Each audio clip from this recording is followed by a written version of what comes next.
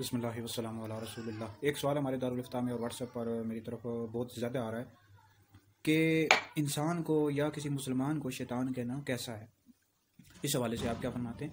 تو یہ جو شیطان کا لفظ ہے نا، کسی بھی یعنی آج کل لوگ بطور گالی کے اس کو استعمال کرتے ہیں، یا جو چھوٹے بچے بہت زیادہ شرارتیں کرتے ہیں نا اس کو بھی شیطان بول دیتے ہیں۔ تو بہرحال اس کی یعنی مختلف صورتیں ہیں، یعنی شیطان کا لفظ کس کے لیے یوز کر سکتے ہیں، یعنی جو لوگوں کے درمیان فتنہ فساد کرائے یا ادھر کی بات ادھر لگائے اور لوگوں میں فساد ڈلوائے، یا جو بندہ گمراہ بدین ہو، ایسے بندے کو تو شیطان بول سکتے ہیں۔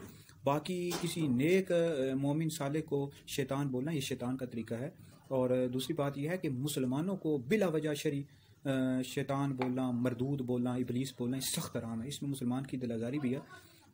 اور نبی کریم علیہ الصلوۃ والسلام کی ایک حدیث مبارکہ کا مفہوم ہے کہ جس شخص نے کسی مسلمان کو تکلیف دی اس نے مجھے تکلیف دی، اور جس نے مجھے تکلیف دی اس نے اللہ رب العزت کو تکلیف دی۔